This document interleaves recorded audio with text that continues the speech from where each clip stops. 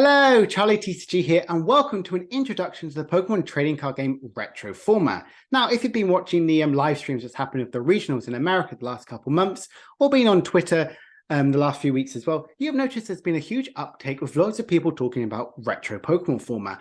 So today I want to talk to you exactly what it is, why you should kind of get into it, and kind of a bit more of the decks which you should potentially start to invest in, or even look into for formats if you want to eventually go down the route of building your own retro collection. So what exactly is retro Pokemon? Well, it pretty much is playing with old Pokemon trading card game formats throughout the history. Now, it's pretty much been nearly 27 years of Pokemon trading card game content, which is incredible to think we've had nearly over 100 different type of formats, ranging from having the big attackers did 30 plus damage and on a coin flip of 70 HP to now what we're seeing like new VMAX with 310 HP and doing a huge amount of damage out there. We're doing a minimum of 190, which is insane to think about how much Pokemon has evolved.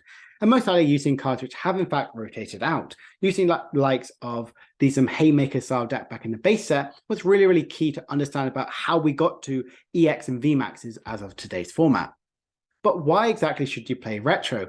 Well, it is, apart from being incredibly fun, you're playing with formats that mean a lot to you. If you did really well when Zoro Rock were dominating the format there, it's really nice to relive those sort of memories, having those decks building, playing against your friends, which really enjoy that format as well. It's really, really nice because it's a much more casual way to play Pokemon instead of the likes of playing those big sort of constantly trying to get those prizes with the likes of Lost Box and ones you have loads of fun memories on. You also understand about how Pokemon has grown. As I just saw, we saw Haymaker, a very powerful Pokemon deck back in the base set. Now we'll see Zoro and Rock, very, very powerful deck of its time. The HP and attacks are incredibly different. So it's a good way to understand exactly how the power creep grew out the game, potentially building and playing sort of deck all the way from 2000 to basically 2023. We can understand exactly where Pokemon went, how the different decks kind of like change how Pokemon sort of goes with it. And because of that, it will improve your playstyle. By playing loads of different sort of formats and having loads of different rules going through your head, yes, it can be a bit daunting and confusing at times, but overall, you will improve as a player, understand exactly these micro decisions a lot better, and having that understanding which some players may not have overall. But what exactly is the price? What's the cost of trying to build and collect retro sort of decks? Well, as these are mainly old Pokemon sort of decks, some of those are nearly 25 years old, they can be very expensive to buy, which is a little bit of a shame. Because of these, some of the key sort of formats like base, like 2010, as well as 2006, some of these cards can be very expensive to get hold of, pure on the basis because they become as they are very sought after for these sort of decks. So I always think you should always budget a format before you start to invest. Using proxies, which is absolutely key in this sort of format, you don't even need to spend any money on Pokemon cards. You can just build them through proxies. It's really, really key to understand exactly what decks you enjoy in this format before you may end up buying the sort of decks. Or you can do what I sort of do at times, get half a deck and then proxy the rest of it until you eventually get around to either buy or keep them as proxies forever.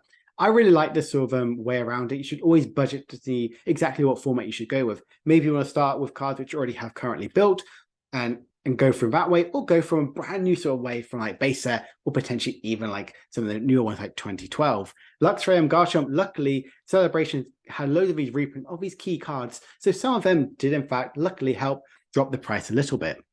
But with all that being said, I've said a lot of information. Where do you start? Well, there's bound to be so many resources out there. You've got Klaczynski's blog from like the early days of Pokemon. You've got Pokemon trading card game Legends, as well as Archive and even Limitless. There's so many different resources, which are linked down below in the description for you to check out to see what some results were at some nationals, some regionals, deck profiles, and kind of a good insight to exactly how each player played around and the top players for that sort of format and era. So I always like to go with that, learn about what you want to play with, or go with ones you have fond memories with. For me, my fondest memory of Pokemon was Primal Clash to Evolutions, EUIC 2016. So I have quite a lot of decks built around that time. Decks I played, decks I always wanted to play, and decks which kind of impacted the meta, which I would never touch with. Kind of having that good balance is really good to understand where if you're doing a gauntlet or want to play with some friends, you have a different range to collect with. Another format I absolutely loved start to grow into was when I started to get into Pokemon competitively was Worlds 2012, where Darkrai Mewtwo dominated the format. And from that, I understood the format a little bit more through looking at, do some research about it, but building quite a few of the decks and even playing them, I've grown to absolutely love this format, even though a lot of people kind of have grown to hate it. So that's from learning about the format, I've grown to absolutely adore it. So right now I'm going to outline some of the key formats which you could potentially start with, and some of the decks as well, which were absolutely detriment to that sort of era. So we're going to throw it all the way back to base set to rocket. Way back in the time where 100 HP was a lot and 80 damage was so much damage and coin flips were everywhere. Some of the key decks of this era were obviously Blastoise's Rain Dance. That hasn't changed at all. Haymaker, which these big basic Pokemon which can do quite a lot of damage for little energy. Do the Wave, which does 10 plus 10 more for each damage, for each bench of Pokemon on Wigglytuff. Doesn't seem like a lot for 3 energies, but back then it could do a huge amount of damage. And Moltres Stall, so even had mill sort of decks out there, because back then there was no supporters, everything was a trainer card except some stadiums, which very, very different because you can constantly be milling for your deck a bit easier, and Moltres helps in that sort of format. This is a very different sort of era, kind of can be a little bit pricey as well, but you can kind of go around where if you've got like a friend, or even if you've collected Pokemon for ages, you probably have quite a lot of these cards laying around in there. So definitely check out the link below in the description to kind of see what exactly are the decks which you should really invest in if you want to get into this format. Another format which is very, very popular, a lot of people like, is Worlds 2006. A lot of people call this one of the best formats of all time because there's a whole range of different sort of decks. They had the likes of Delta Species, EX, Dark Pokemon, as well as single prize Pokemon. So there's a whole range of different sort of cards going around. Like you have Bombard, which are like the rocket sort of team Pokemon out there. You have Mewtwo and Mewtwo Manectric, which is in fact gets second place at that Worlds or one. I can't remember. There's so many information going in my head when I did all this research. We had Raichu Eggs, which was very interesting card, and a lot of people love this, and even I'm slowly going towards this sort of deck, do loads of sort of damage out there, and having a Raichu with a metal and poke type is really, really cool to see of the Delta species, which is one of my favorite mechanics in the Pokemon trading card game, and I'm glad terrestrialized Pokemon are potentially going in that route. And Nidoqueen, a really strong, sort of powerful attacking Pokemon, which means they can attack for a little out of damage. I'll play and retreat. I love this sort of archetype that Pokemon is constantly evolving. A format which is kind of the most popular format as of right now, a format which everyone's going to talk about if they play retro, is Diamond and Pearl to Unleashed, Worlds 2010. This here, there are so many resources out there, so many decks out there to really choose exactly what are the ones you want to go with. There are multiple different decks out here, but I've just outlined some of the key ones. You have Kurtzgar, you have Gardevoir, Gyarados, Luxtrump, and Jumpluff. I love Jumpluff. You did, in fact, see Puka players a couple of weeks ago on the live stream, showing a huge amount of effects at what Master Attack can do, doing this huge amount of damage for all your Pokemon you have in play, potentially doing up to 120 damage, and that can do even more damage through plus powers and Crobat's Sneaky Bite. Gardevoir, so you make sure your opponent cannot play, you can reuse any of your supporters and potentially lock out your opponent from using any of their Poke Powers. Obviously, you have Luxtrump, very, very powerful Pokemon with Luxray, which has the Bright Look sort of ability to boost out any of your Pokemon you have, any of your opponent's bench Pokemon, and Garchomp do a huge amount of damage and do some energy acceleration. With Gengar and Gyarados, it's been really cool, like single prize or Pokemon. Back then, games were a lot longer. There was no real 2 prizes, and level X could only level up, as they call it, in the active spot. So I kind of gave it's a lot more thinking power about it, and I really love sort of the strategy it can kind of go in with.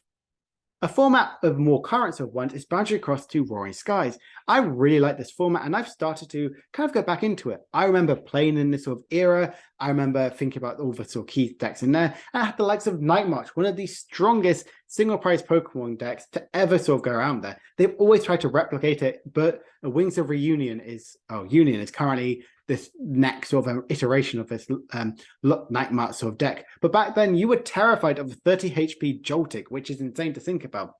HGSS ended up winning the event of that World War 1, but having like Archie's Ace in the Hole.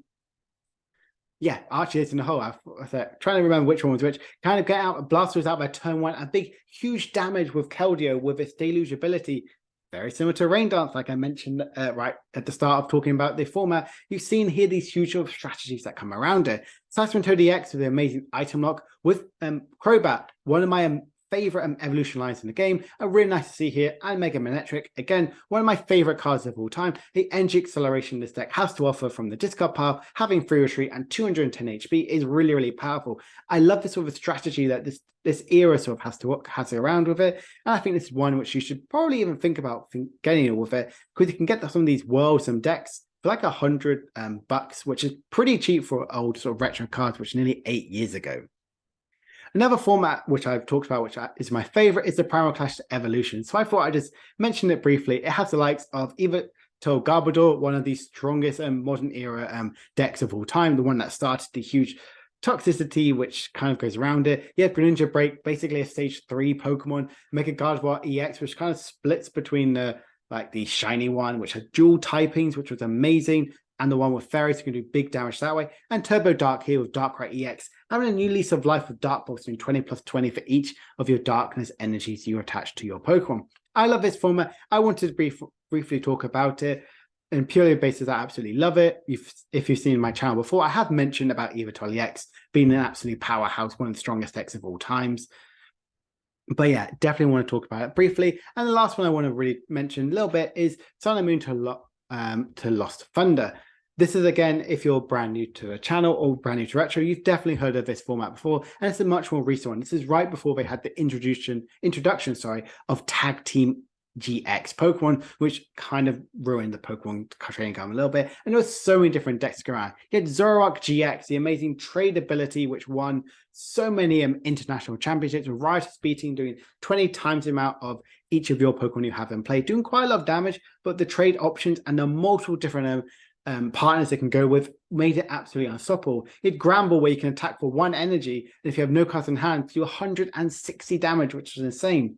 You had like Buzz Shrine, which was a very interesting card, do little damage, but chipping away with like Tapu Koko and Shrine of Punishment, 2 of those big GX Pokemon, really, really strong, and the likes of Blounce as well. Bucephalon GX, incredibly powerful archetype to do so much damage out there by energy accelerating with Naganadel and bursting so many cards into the Lost Zone with Bucephalon GX's attack. And loads of the other ones like Malamar. Stall was very, very key archetype as well back in the time. And this is definitely another deck which is more currently only having a load of special events. It's going around being one of everyone's favorite modern era retro format, and definitely something which I would potentially pick up with if you have fond memories of a Sun and Moon sort of era. I know it's a more recent sort of era, but definitely something to consider. So I hope you've enjoyed this little introduction to retro sort of format, what exactly it is, what are some of the key sort of archetypes you could potentially look into, and kind of understand about how retro formatting can really help you accelerate your game sort of plan. If you enjoy this, I'm going to try and come back every sort of Thursday, like a throwback, talking about some of the key sort of formats which have been around there, breaking down what they've kind of been, some of the key archetypes which kind of went around, and some of the big sort of tournament places that these decks really did receive. If you've liked that and are excited for it, please make sure to leave a like, subscribe, and a comment down below what format you want me to cover. Do you want me to do 2010, do a more recent sort of one, or throw it all the way back to base set? I'm really excited to kind of talk more about retro format, Matt, because it's something which I have a huge passion for and absolutely adore. So my name is TCG, and I hope you've enjoyed this video. Bye for now.